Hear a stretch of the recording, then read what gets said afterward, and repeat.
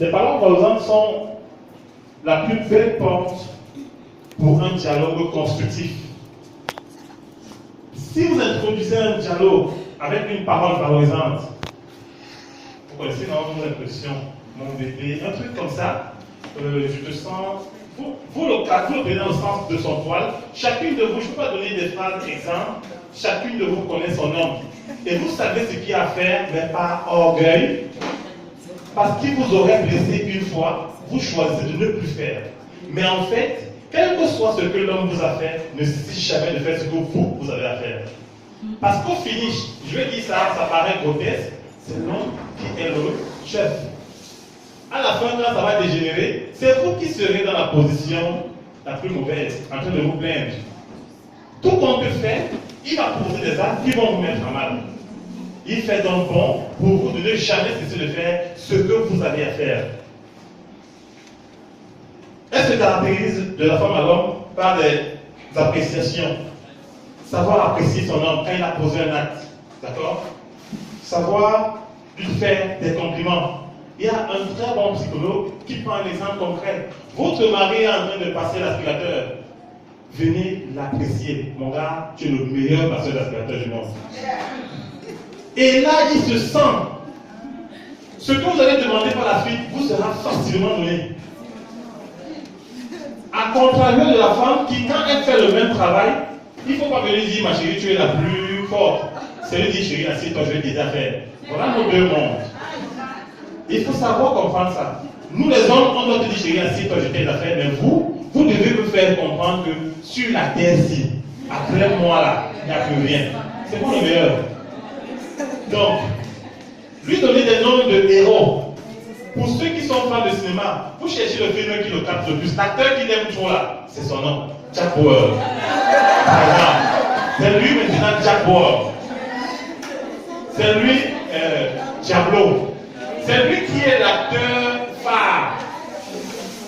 Et souvent, je ne sais pas si vous créez le même malaise chez vous. Moi j'ai un problème, j'ai un rival qui est trop lointain. J'ai même eu des problèmes quand je voulais me marier. Singila. Ma femme aime le gars là. Mais alors, je crois qu'elle a trouvé l'astuce. Désormais, c'est moi-même qui l'appelle Singila. Donc, moi, je me sens bien dans ma peau parce que je sens que je commence à le battre. Moi, j'ai un atout, c'est que je suis sur place. Mais lui, il est trop loin. Il m'inquiète vraiment. Au point où, quand on veut se marier, il dit, qu'est-ce que tu voudrais que je te fasse en dehors des surprises que j'ai prévues? Quelle est la surprise qui me surprendra plus? Elle me dit, les gars, bon, fais venir Singila. Il dit, non, là, vous voyez un peu. Bon, trouvez-lui les noms de justiciers dans les films. C'est-à-dire, qui sont votre Superman, d'accord? Des noms d'acteurs. Et procéder à faire des encouragements. Donc, ça c'est le premier cas. On va aller un peu vite parce que le temps me prend la gorge. Les gestes affectueux. D'accord? Les gestes affectueux. Toujours poser un geste. On dit, ce qui se conçoit bien s'énonce clairement. Et les mots plaisir viennent aisément. Quand vous aimez votre homme, évacuez un peu l'orgueil, vous vous rendez compte qu'il y a des gestes qui viendront de façon très automatique. Vous comprenez un peu? C'est l'orgueil parfois qui étouffe votre désir d'exprimer les choses qui sont naturelles en vous. La femme est tendre naturellement. La côte n'est pas une partie solide. Remarquez bien, la côte est très fragile. Rien qu'au toucher, vous êtes sensible. La femme est d'abord tendre. Pourquoi vous vous refusez d'être naturellement ce que vous êtes depuis la création? Votre orgueil, de temps en temps, vient engloutir votre être. Et vous priez de faire ce que vous avez à faire pour subir des conséquences multiples. Qui commence la différenciation au démon de midi. Vous allez subir alors que c'est vous-même qui choisissez de ne pas jouer votre rôle. Ils sont parfois plus expressifs que des mots. Un sage a dit, il y a des gestes qui valent mieux que 1000 mots. Il y a des gestes qui valent mieux que 1000 mots. Donc, plutôt que parler, vous savez comment votre gars est. Faites-lui le geste qui lui va bien. Soyez taquine. On est au salon, c'est l'oreille qu'on a tirée. Permettez-vous ça. C'est important. Ça stimule la complicité et ça introduit naturellement le bon dialogue constructif. Parce que c'est vers là qu'on veut aller en fait. Tout ceci vise à ne jamais briser le dialogue dans un foyer. Et c'est quelque chose qui a déjà été dit avant qu'on continue. Vous vous rendez compte que si un homme est rentré du travail, ne vous a rien dit de tout, ne vous a pas posé un geste de tout, et qu'il veuille poser l'acte sexuel, il y aura un problème. Vous êtes d'accord avec moi? Vice versa. C'est pour ça qu'on a dit, tout ceci se résumait dans la sexualité, qui n'est pas nécessairement l'acte sexuel. Tous ces éléments participent. Pour peu que vous cessiez d'être tendre, pour peu que vous cessiez de dire des mots doux, ce gars ne se montre même plus compétent à vouloir vous démontrer que c'est le meilleur dans ses actes. Vous vous retrouvez dans cette petite histoire qu'on racontait. La maman qui se réveille le matin, qui balaye en chantant, et celle qui se réveille le matin, elle bastonne tout le monde. Parce que la nuit était pas bonne. Vous vous retrouvez dans ce cas d'espèce. Or, en amont, c'est vous qui êtes le problème. Vous ne lui avez pas donné la préparation nécessaire pour vous satisfaire par la suite. Vous posez souvent des problèmes en amont qui vous rattrapent en aval et vous les reposez en amont comme si c'est un mauvais cycle que vous-même vous créez. Donc, voilà comment on se retrouve. Ces gestes sont divers, n'est-ce pas? Bon, je vais passer. Les moments de qualité, vous en avez parlé. Choisissez des moments où vous vous isolez du cadre quotidien pour vous retrouver deux et aborder des sujets qui sont sérieux. C'est vrai que pour la femme, aborder ce pan du problème est un peu compliqué. Pour vous initier ces choses, ce n'est pas évident. Mais amener l'homme à le faire, faites-lui comprendre le besoin que vous avez à pouvoir vivre ce moment. Vous pouvez parfois lui dire des choses du genre, qu'est-ce que j'ai la chance d'avoir un homme comme toi? Dis-lui ça de temps en temps.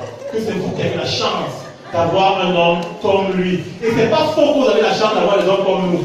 C'est pas faux. Et regardez comment Chantal est heureux fort. Regardez son bonheur. C'est lui là qu'il fallait. Et rappelez-le permanemment. Voilà. Rappelez-le permanemment. On a besoin d'entendre ça. Ça caresse notre ego. Ça nourrit notre ego. Et ça nous laisse fragile à vos attentions. Donc, je fais et ces moments ne demandent pas toujours de l'argent. C'est un petit restaurant, c'est ceux qui ont fait un petit voyage. Retrouvez-vous, cherchez permanemment à planter le décor des premiers jours. Parce que les premiers jours, on s'arrangeait à planter un décor. Cherchez à le planter. L'homme s'investit sur le plan matériel et financier. Vous vous investissiez sur le plan de la douceur, de la ponctualité, de tout ce qui va avec la douceur de la femme. C'était votre investissement là-bas, ne changez pas. Lui, il fera le reste. Et pour celles qui ont même un peu de moyens, offrez à votre gars un restaurant. C'est pas compliqué. On a aujourd'hui, c'est moi qui prends les rênes. On va. Et puis, osez. Les services rendus. Vous savez ce que vous pouvez faire à votre gars. Bien sûr, il y a un piège dans les services rendus. Nous venons de le développer, non? L'homme qui est en train de vous aider à la tâche ménagère, ne lui dit pas, mon chéri, va t'asseoir, il n'est pas à ta place. Alors là, il se pose une question. Tu me traites d'incompétent ou quoi? Donc, dans les services rendus, choisissez vraiment ceux qui. Et vous, chacun de vous connaît son art. Choisissez les services qui lui sont vraiment attachants. C'est-à-dire, il aime bien quand je fais ceci pour lui. Moi, par exemple, quand tu me chauffes le soir pour mettre les pieds dedans, tu as fait tout. Donc, quand tu es rentré, tu m'as déchaussé, tu me chauffes le ciel, tu mets le sel, mon gars, avec les pieds ici. Je comprends que tu as passé ta journée à comprendre que je pourrais avoir besoin de ça. Et chacun de vous a ce que son gars veut. Retrouver ça et rendre ses services. C'est important. Donc,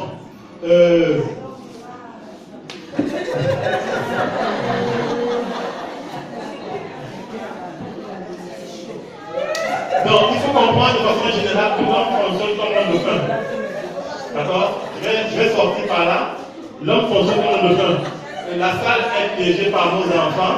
On aurait abordé plus profondément un certain aspect.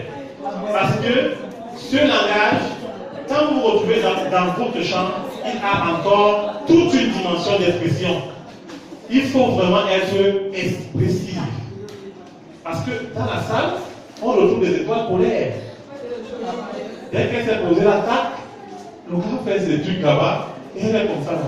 Non. Soyez inventifs, soyez créatifs. Si vous ne l'êtes pas, on a dit que le réseau c'est où? À l'ESSEC. Je ne vais pas passer devant l'ESSEC. Il y a le réseau là-bas. Et elles sont inventives, elles sont créatives. Donc si vous ne l'êtes pas, ne vous inquiétez pas. Il y a des gens qui peuvent. Non, c'est que vous êtes tombé dans la routine. Vous pensez qui l'homme. Vous cessez de faire des efforts pour lui. Les premiers jours, vous faites des efforts. Hein. Après, avec le temps, vous rendez compte que vous ne faites plus. Donc, je pense que quand on a dit tout ceci, on doit comprendre que l'homme fonctionne comme un dauphin. Vous voyez comment on fait pour dresser un dauphin, le poisson. On prend du poisson, on fait qu'il traverse un cerceau et on le nourrit. On fait qu'il traverse un cerceau et progressivement, le dauphin est apte à faire des acrobaties. C'est comme ça que nous les hommes sommes. Nourrissez notre ego. Quand on a posé un acte, apprécié. Quand on a posé un acte, valorisez-le. C'est important. Mais pas dire à l'homme, voilà, tu es qui. Si vous lui dites qu'il est qui, il y a une personne qui reconnaîtra qu'il est dehors. Hein? Et dès qu'on aura reconnu une fois, le même jour, il va rentrer avec 30 minutes de retard. Par crainte de son respect pour vous. Le deuxième jour, il viendra avec 1h30 de retard et progressivement sera en train de perdre. Vous avez souvent une façon de faire là. Quand les hommes parlent, toi aussi tu parles. Ok. Si quand les hommes parlent, lui que vous considérez qu'il n'est pas homme ne va parler, il y a une personne dehors qui considère qu'il est un homme. Et dès que cette personne lui aura dit qu'il est un homme, ça commence par 30 minutes de retard. Et progressivement, il va créer des missions. Parce que, heureusement, il y a des hommes d'affaires pour ceux qui regardent qui ont des hôtels dans les recoins de la ville. Il va en mission 2 mois et dans la gloire avec vous.